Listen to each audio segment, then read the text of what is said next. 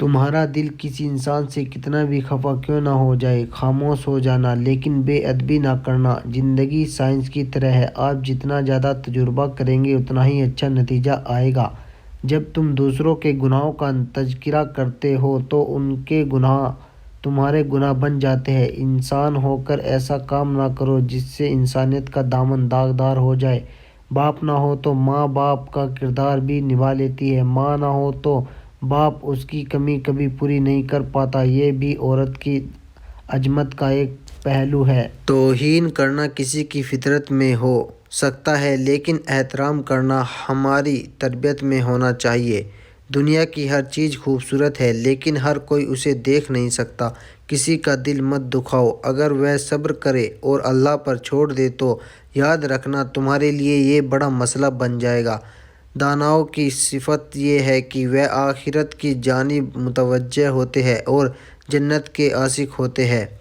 دماغ اور انسان میں فرق صرف اتنا ہے کہ انسان دیواریں کھڑی کرتا ہے اور دماغ دیوار گرا دیتا ہے۔ وقت سے ہارتے ہیں وہ لوگ جن کا اللہ پر بھروسہ نہ ہو۔ یاد رکھیں، ہر لڑائی کے آخر میں صلح ہوتی ہے، لہٰذا اس حد کو کبھی عبور نہ کریں۔ اس کے بعد راستے اور دل تنگ ہو جائے اور عزت و وقار پہلے جیسا نہ رہے۔ حسد کرنے والا انسان کبھی سردار نہیں ہو سکتا اور بزدل انسان کو سرداری جیب نہیں دیتی۔ اچھی باتیں پڑھنے لکھنے اور سننے کی عادت ہو تو اچھی باتیں کرنے کی عادت خود بخود پڑ جاتی ہے۔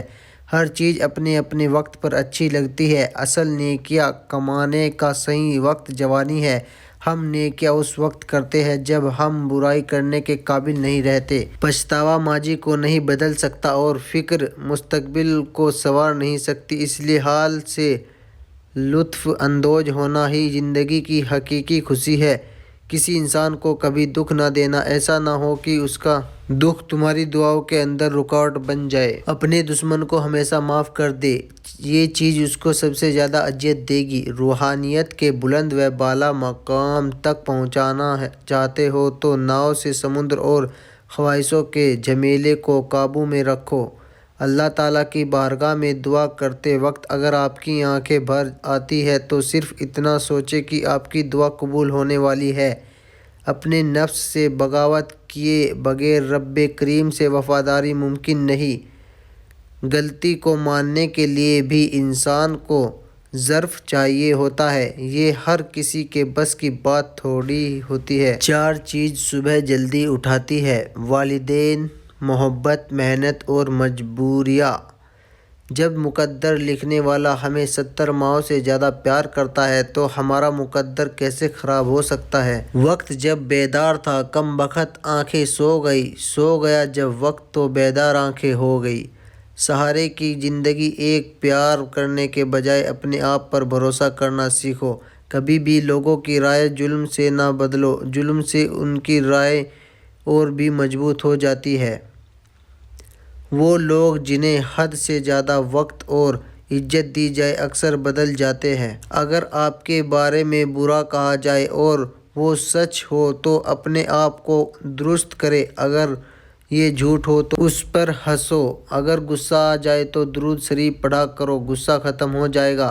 غلطی نکالنا تو بہت آسان ہے لیکن کسی غلط کو ٹھیک کرنا تعمیر سے زیادہ مشکل ہے۔ کسی کی اصلاح کرنے کے لیے بھی حکمت و دانائی چاہیے۔ کوئی بھی پتھر ہتھوڑے کی آخری ضرب سے ہی ٹوٹتا ہے لیکن اس کا مطلب یہ نہیں کہ ہتھوڑی کی پہلی تمام ضربیں بیکار گئیں۔ اس طرح کوئی بھی کامیابی مسلسل کوششوں کا نتیجہ ہوتی ہے۔ باتوں کی مٹھاس اندر کا بھید نہیں کھولتی۔ مور کو دیکھ کر یہ کون کہہ سکتا ہے کہ یہ سانپ کھاتا ہوگا؟ ہمیشہ چھوٹی چھوٹی خوشیوں کا استقبال کیا کرو کیونکہ انہی کے پیچھے محبتوں کا سیلاب ہوتا ہے۔ انسان وہاں ضد کرتا ہے جہاں اس کا مان ہوتا ہے کہ اس کی بات رد نہیں ہوگی، اور اگر رد ہو جائے تو مان ختم، آوازیں ختم اور الفاظ بھی ختم۔ جو زیادتی یہ سوچ کر کی جائے کہ کوئی ہمارا کیا بگاڑ سکتا ہے، یقین جانو ایسا معاملہ رب کریم کی دربار میں بہت جلد پہنچ جاتا ہے۔ علم پھیلانا ایسا خزانہ ہے جس کے پھل کا ثواب تمہیں ملتا رہتا ہے۔ اگر آپ ہر وقت اداس اور دکھی رہتے ہیں تو اس بات کی علامت ہے کہ آپ کا پیار رب آپ سے خفا ہے، اس لیے لوگوں کو نہیں رب کو راضی رکھیں، انشاءاللہ ہر مشکل آسان ہو جائے گی۔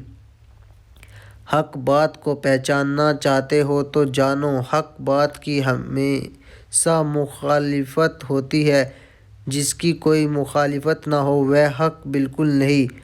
تھکاوٹ ہو جانا، ہمت نہ ہارنا، اس میں غلط کچھ بھی نہیں ہے، غلط یہ ہے کہ مایوس ہو جانا، کیونکہ مایوسی اللہ کو بالکل پسند نہیں۔ جو یقین رکھتے ہیں اس کے لیے اللہ کی طرف سے دعاؤں کی قبولیت کے انعامات ہیں۔